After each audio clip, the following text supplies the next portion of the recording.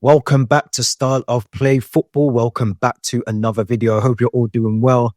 I was going to say on this lovely Thursday morning, but it's absolutely freezing out there. If you're in the UK, you'll know how cold it is. It's -5 degrees, man. It is absolutely Baltic out there. But we are back. We are back for another video. If you're new here, as always, please make sure you subscribe to the channel. You like the video. You give me your thoughts in the comments as well. We're going to start with some new managerial change at West Ham. The Hammers have appointed Graham Potter as their manager on a 2.5-year deal. That's what's been reported in Athletic. Let's get straight into that one. So West Ham have appointed Graham Potter as the new head coach till 2027.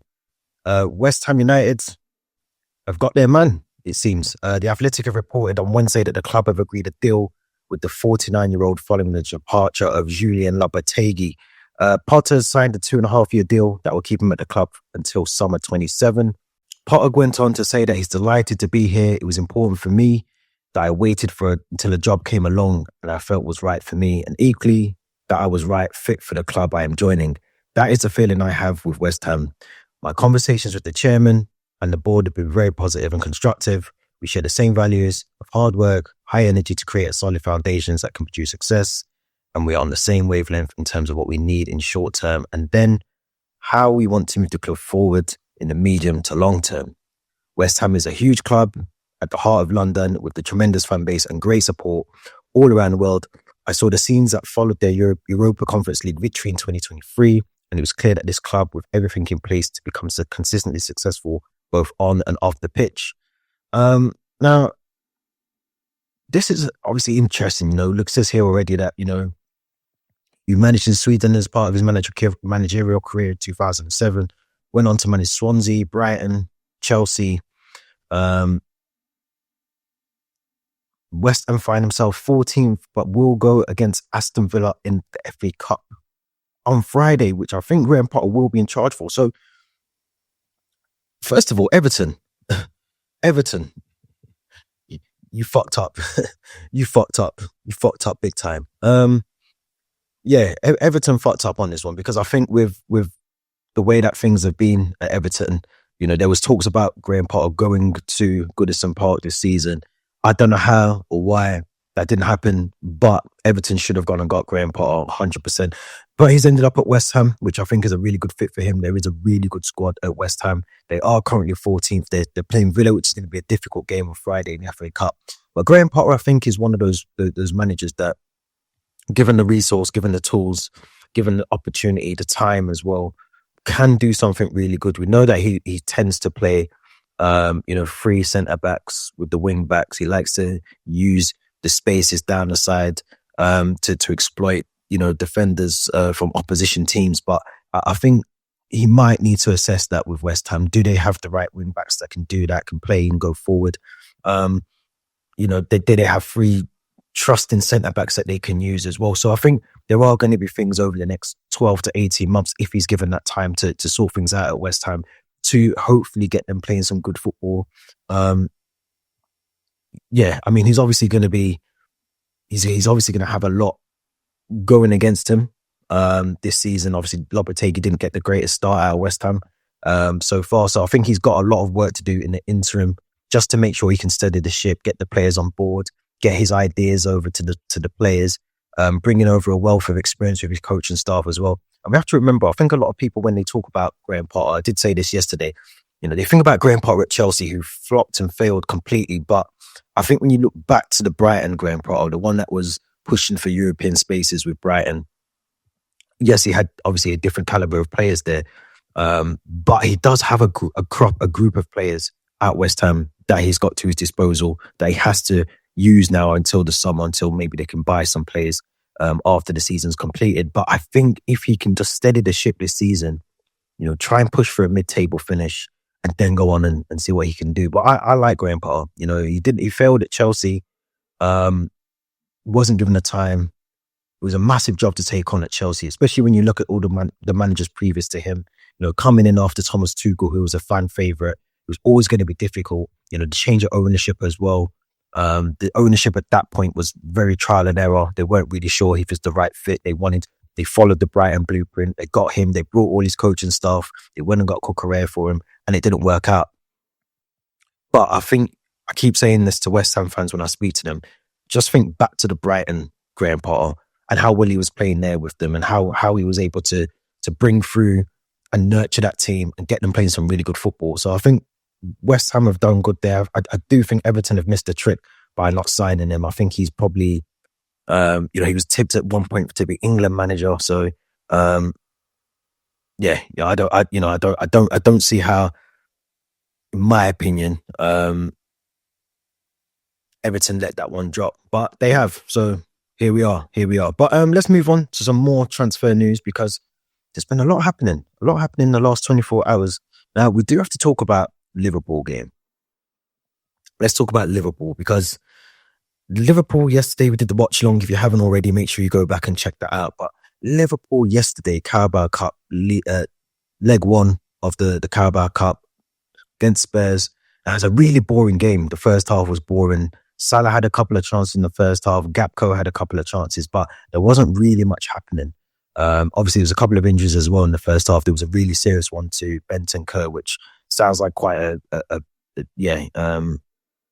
think it was one of those where we didn't really see what happened on the watch long, but he was definitely unconscious. There's a lot of things flying around on Twitter at the moment as to why that happened. But another one was Jarell Quansah again, who went off. Arne Slot has said that was down to illness, but again, reading between the lines, it looked a bit more serious in terms of, a medical condition maybe that he's got. But nonetheless, Spurs played well, and I think with Spurs, I kept saying it through the watch along that they need to try and get a goal at least to take to Anfield, and they did that eventually in the end. The thing that I will say though is that Liverpool had chances in that first half. Gakpo had a couple of chances, as I said. Salah had a really good chance just from outside the box, but they weren't clinical enough. There wasn't anything decent in front of goal that Liverpool you expect from them. They didn't really capitalise on any of those chances. And then the injury to Quansah, I remember saying in a watch long, I would have assumed Kanate would have come on and maybe bring Endo into that midfield in the second half. But Endo came on, played centre-back for the best part of 50 minutes in that game. They then bring on Kanate. Now, Bergvall, who scores the goal, he picked up a yellow card early in the second half. He should have gone, in my opinion, for a second yellow. I think it was a tackle on Tsimikas. Minutes later, he goes on to, it was a beautiful ball from Pedro Porro over the top. Solanke, again, he was my man of the match yesterday, but Solanke, brilliant holding up of the ball, strong against Kanate, wins the ball, squares the ball to Bergvall, who slots it past Alisson. It was a brilliant goal. He should have been off the pitch 100%. There's no two ways about it. He was a second yellow. He should have been off. There's no excuse when you've got VAR, you've got the fourth official, you've got the linesman, you've got the referee on the pitch, and for all of them to miss that. I think the one thing I will say is consistency has to be key. It has to be key when we do these, when we're seeing these the thing that annoyed me was that they had VAR in there. There's a room full of referees that are supposed to be making these decisions, getting these decisions right. It's just no consistency at all. And I think, I'm not saying that, Liverpool had chances, they still should have scored in that game. But when you see things like that, and it just doesn't make any sense. It just doesn't make any sense. The referee was pulling up a lot of fouls that weren't fouls in that game yesterday. And then the one foul that he should have pulled up on and should have gave a second yellow for, he stays on the pitch. And it didn't have to be Bergvall that scored that goal. It could have been anyone, because again, Spurs were really not knocking on the door, especially in that last 10 minutes of the game. So credit to Spurs. They take a 1-0 lead to Anfield. I think the next leg isn't until like the 6th of Feb. So there's a bit of time between the two legs. But I still think Spurs done really well in terms of, securing the 1-0 win. Now, let's get back to some transfer news as well. Another one around Everton. So it seems like Everton are just dropping the ball left, right, centre. But Everton have dropped the ball because Aston Villa's Jaden Phillogene has been granted permission to have a medical at Ipswich. Aston Villa's Jaden Philogene has been granted permission. Ipswich will pay 20 million fee to sign the winger alongside a further 3 million in add-ons. The 22-year-old rejoined Villa in the summer from Hull, but started only twice for them in the Premier League this season. He's due to have his medical today. It's crazy. it is crazy because, you know, you do think, why aren't Everton all over this? Why are they not over this? Ipswich, maybe this is I mean, for me, this is a really good sign for Ipswich. You know, they've already got Amari Hutchinson, which they spent 20 million on already. They've got both Jack Clark from Sunderland, 15 million as well. Benny, again, from Luton, 8 million. So they have got players in those, you know, bit of depth in them areas. They are 18th in the league, so they do need to bolster the squad and try and bring some players through. That will help, you know, someone like Liam Delap in the centre forward role as well. Defensively, they brought in Ben Godfrey as well, who signed, had a horrible time in Italy, so he's signed for Ipswich as well. So Ipswich are doing a bit of business already early into the January transfer window. I think Phillogene, again, another one that was linked heavily with Everton. Everton could have done with him, if I'm honest. I don't know how that's happened, why they haven't signed him, whether it's, I don't know, the deal took too long, there wasn't really interest from the player, or I don't know, but for Ipswich to swoop in and take him from underneath Everton's nose again, it just shows you that, you know, Everton, for me, we're gonna have to do a segment on Everton, because they are, for me, in a spot above her this season. They really are. I know they've been hovering above relegation the last couple of seasons, but I feel this season there's a lot of things going against them. The fact that they haven't got the manager they want. Sean Dyche is still in charge. They've got a really difficult FA Cup game tomorrow, or even tonight, I think it is. They have to win that FA Cup game, Everton. They can't really not win it. But to lose out on a manager, to lose out on a key player that they were pursuing clearly for the last 2 weeks, and not get either of those over the line, you know. But credit to Ipswich, they've done what they needed to do. They got their deal done.